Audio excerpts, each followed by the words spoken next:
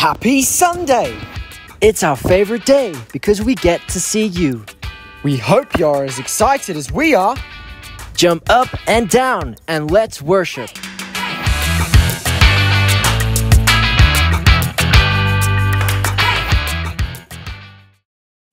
Matthew 22, 37, 38. Matthew 22, Jesus replied, love the Lord your God with all your heart and with all your soul and with all your mind. Love the Lord your God with all your heart and with all your soul and with all your mind. This is the first, this is the greatest commandment.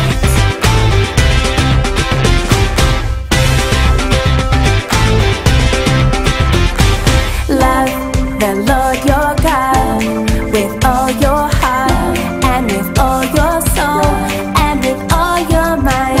Love the Lord your God with all your heart and with all your soul and with all your mind. This is the first, this is the greatest commandment.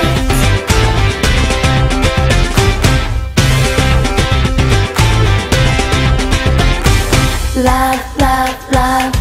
God is great, God is King. Love, love, love. Loving God is the greatest thing. Love, love, love. God is great, God is King. Love, love, love. Loving God is the greatest thing. Love the Lord your God with all your heart and with all your soul and with all your mind. Love the Lord your God with all your heart and with all your soul and with all your mind. This is the first, this is the greatest commandment.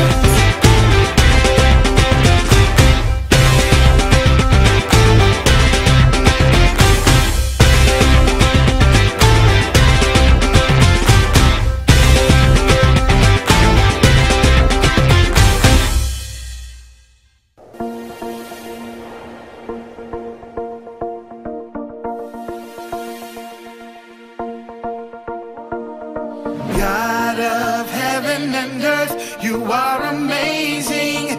You hold me up with your hand, you give me faith, and I will put my hope in you alone, in you alone.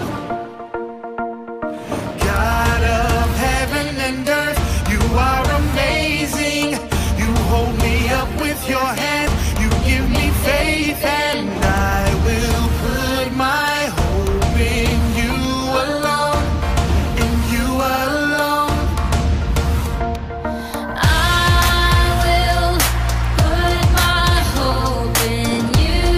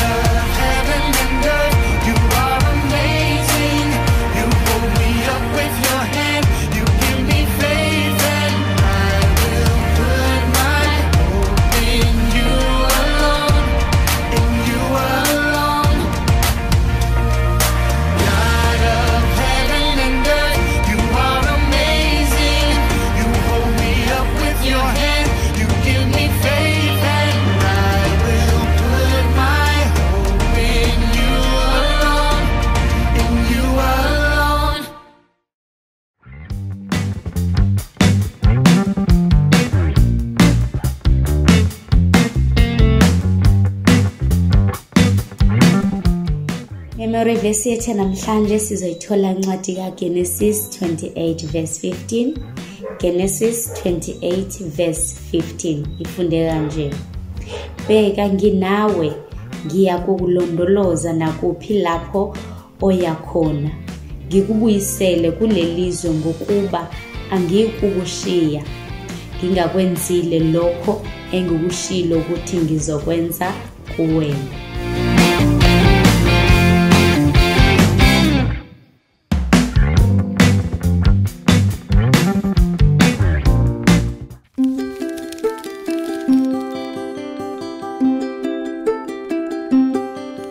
Jacob traveled from Bethel toward his uncle Laban's land. He came to a well where shepherds were watering their sheep. The shepherds were from Haran. "Do you know a man named Laban?" Jacob asked. "Yes," they said. "Here comes his daughter Rachel with his sheep." Rachel brought the sheep to the well, and Jacob gave them water. Jacob told Rachel that he was her relative, a son of Rebekah. Rachel ran to tell her father Laban. Laban welcomed Jacob into his house. Jacob stayed with Laban and worked for him. After about a month, Laban said, "What should I pay you for your work?" Now, Laban had 2 daughters. The older was named Leah, and the younger was Rachel. Jacob loved Rachel, so he said, "I will work for you 7 years if you will let me marry Rachel." Laban agreed. Jacob worked for 7 years, but he loved Rachel so much that 7 years seemed like only a few days. Then Laban had a feast, but instead of giving Rachel to Jacob, Laban gave his older daughter Leah. Jacob was upset. "Why did you trick me?" he asked. Laban said, "Around here, the older daughter must be married before the younger. I will give you Rachel too, but you must work another 7 years." So a week later, Jacob married Rachel. Then he worked for Laban 7 more years. Now Jacob had 2 wives, but he loved Rachel more than Leah. When God saw Leah was not loved, he gave her children. Rachel wanted children too. God heard her prayer, and in time, God gave her children too. In all, Jacob had 12 sons: Reuben, Simeon, Levi, Judah, Dan, Naphtali, Gad, Asher, Issachar, Zebulun, Joseph, and Benjamin. God told Jacob to go home to the land of Canaan, so Jacob gathered his family and his possessions, and he headed home.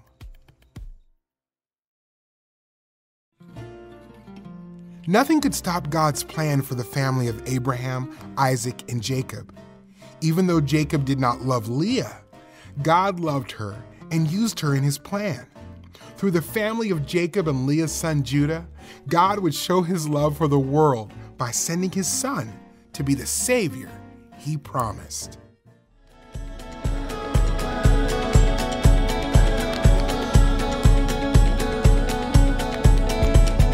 Sanibonani bantwana, ngiyathemba niyaphila nathi siyaphila. Yebo, sesivulile enkonzweni, siyajabula kakhulu kulabo esihlangana nabo enkonzweni asebefikile last week. Siyajabula ukuthi siye sanibona nisaphephile, uNkulunkulu nigcinile.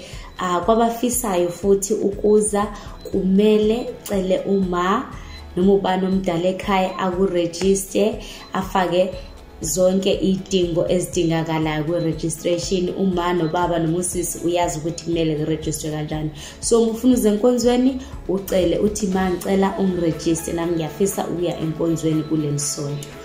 So sisazoya kwi-message yethu namhlanje, i-big message. Sizokhuluma ngamawele esithe safunda ngawo. Siyazi kwakuyi Esau no Jacob. So uJacob noEsau babezalwa uRebecca igama lika mama, uIsaac igama lika baba. So lamawele ngenkathi aseseswini sikama wabo ayengazwani nhlobo, kusho iBhayibheli lithi babengazwani, babelwa ngisho beseswini sikama wabo. So njengoba sazi nathi emakhaya ethu ukuthi umuntu omdala noma ozalwe kuqala uyena oye abe yindlalifa, uyena oye athole izinto eziningi, mhlawumbe athole umuzi, mekhona inkomo athole inkomo, igusha, athole konke ngoba uyena omdala. So ngiyacabanga ukuthi nento eyayilwisa uEsau noJacob kwakuyilokho ukuthi naloyo ufuna ukuphuma kuqala so that ezothola izinto zikababa wakhe nezikama wabo mebe sobe beshonile, ngoba babenikezwa lezo zinto mase uma noma ubaba seshonile. So siyezwa ke ukuthi ngenkathi beseswini babelwisana. So kwathi ngesikhathi sokuthi uRebecca umawa lamawela eteta wona, so yiloyo ufuna ukuphuma kuqala naloyo ufuna ukuphuma kuqala. So owaphuma kuqala uEsau.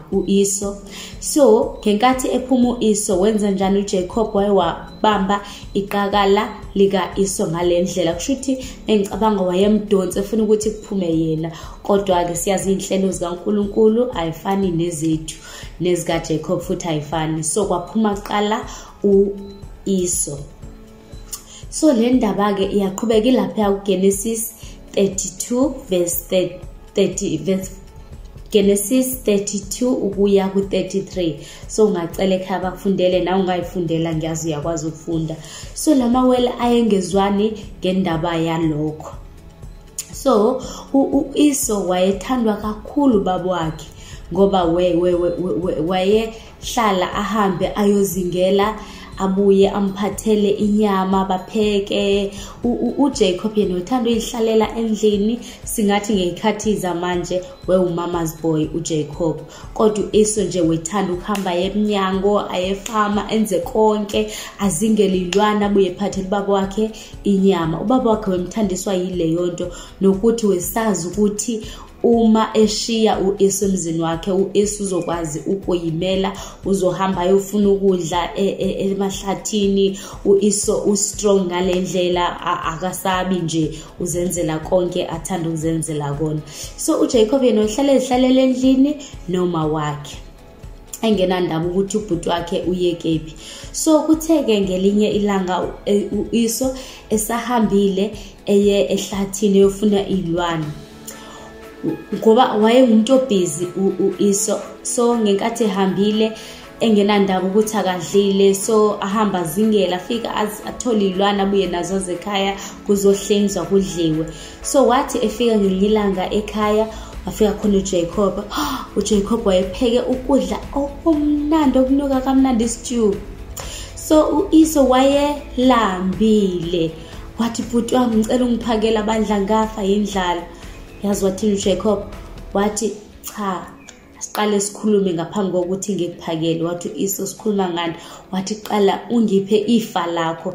Ifa yilezi zinto ke uEsau wayezoshiyelwa ubaba wakhe meseshonile, ese mhlawumbe unemali, unomuzi, uneimoto, unakho konke. So wefuna lezo zinto uJacob kuEsau ukuze amphakele ukudla. uEsau ngoba kanandaba naye asazi ukuthi kwakutheni izavume, so wavusana wavuma, wathi ngiphakele, ngiyakudayisela ifa lami ngalithatha lonke. So wamphakela ke uJacob, wadla uEsau, wadla wasutha. So kuthe sekuhamba isikhathi, ubaba kaEsau uIsaac wayesegula, wabona ukuthi hayi sengizohamba manje emhlabeni, kumele ngibusise uEsau. So wabiza uEsau wathi ngani yami woza la. Wahamba uEsau wayakena, wathi ngoba ngiyazi ukuthi sengiyagula manje futhi ngiyaziza ukuthi sengizoshona, so wena hamba uyongizingelela isilwane, ubuye umphekele inyama, ungiphekele ukudla okumnandi. Ngifuna ukukubusisa, ngicele uNkulunkulu ukuthi angigcinele wena. Ngizokubeka izandla zami, ngikunikeze isibusiso ukuthi uNkulunkulu angigcinele wena, ngikunikeze nakho konke okwami. So uEsau wahamba wayozingela emahlathini efuna ubuya aphekele ubaba wakhe. Sikhumbula ukuthi uEsau wayehlukile kunoJacob. uJacob wayeneskin esismooth wengena iboya. uEsau egcwele iboya ungazuthi nje wegqoka ingubo kodwa nje wayegcwele iziboya umzimba wonke. So sibahlulela ngaleyo ndlela. So ngenkathi ke uIsaac ubaba kaEsau esho kuEsau ukuthi akahambe, wayesezizwa ukuthi uyagula futhi nasemehlweni wesengaboni kahle. So wahamba ke uEsau wayozingela. So uJacob noma wakhe uRebecca ba plana something. Bacabanga ukuthi uEsau uzothola zonke izinto zalana, uzothola isibusiso, uzothola konke, kodwa wena Jacob ngani yami uzothola ini? So but come up with a plan. Bacabanga ukuthi sokwenza kanjani.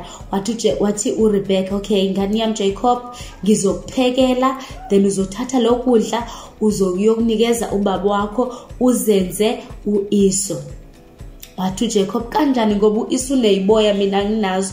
Wathi uRebecca uma wakhe, khuleka sizokwenza iplan. So bathatha isikhumba esineyinwele bagqokisa uJacob, bebo babili bagqokisa. So kwangathi uJacob uneyiboya. So wapheka lokudla uRebecca, kwanuka kamnandi, kwa right yonke into.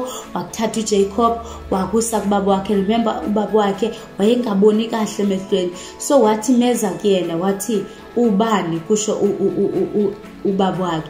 Wathi yimina uEsau. Usubuyile ngokusheshsha kanje? Wathi yebo baba, sengibuyile. Naku ukudla kwakho. Wathi sondela la. Wathi memsondela emnuka. Wathi hayibo unuka, awunukisi okaEsau ngathi uJacob. Wathi cha yimina baba, ngiuEsau. Wathi emuzwa emthinta engalweni. Wathi ngiyezwa ingalo ezikaEsau kodwa nje ingathi awuyena. Wathi yimina baba, kwakungayena kwakuJacob. So into wayezoyenza ubaba wabezomnikeza ibusiso njengoba wayesezoshona. So into eyenzeka ke ubaba wabo wabusisa uJacob. uJacob ile ndodana encane eyeyinomona ngobhutwayo omdala ukuthi athole izinto. So after embusisile wamnikeza zonke izinto, wamkhulekela ukuthi uNkulunkulu amvikele lapho ayakhona, wamenzela konke, kanti unikeza umuntu orongo.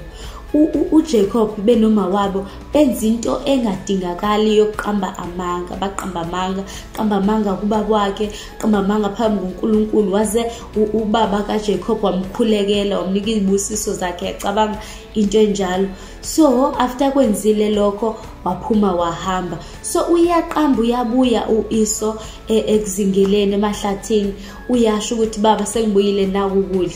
Axake kuJacob ubaba kaJacob uIsaac ukuthi kanjani ngoba sengikubusisile nje. Wacabanga Nkosi yami uJacob ukuthi wacabanga uIsaac ukuthi ngibusise umuntu oronke. So ngaleyo ndlela kumele sihleze sikhuluma iqiniso, singatricki abantu ngoba uNkulunkulu ubhekile. So into awayenza ke uEsau wayekhathazeke, ediniwe ngalendlela, wayediniwe efuna uJacob la, ubona ukuthi nje umeke wamthola uzoqeda ngaye. So waye wabaleka kuJacob, waya ezweni elikude lapho acabanga ukuthi uEsau ngeze amthole nhlobo khona.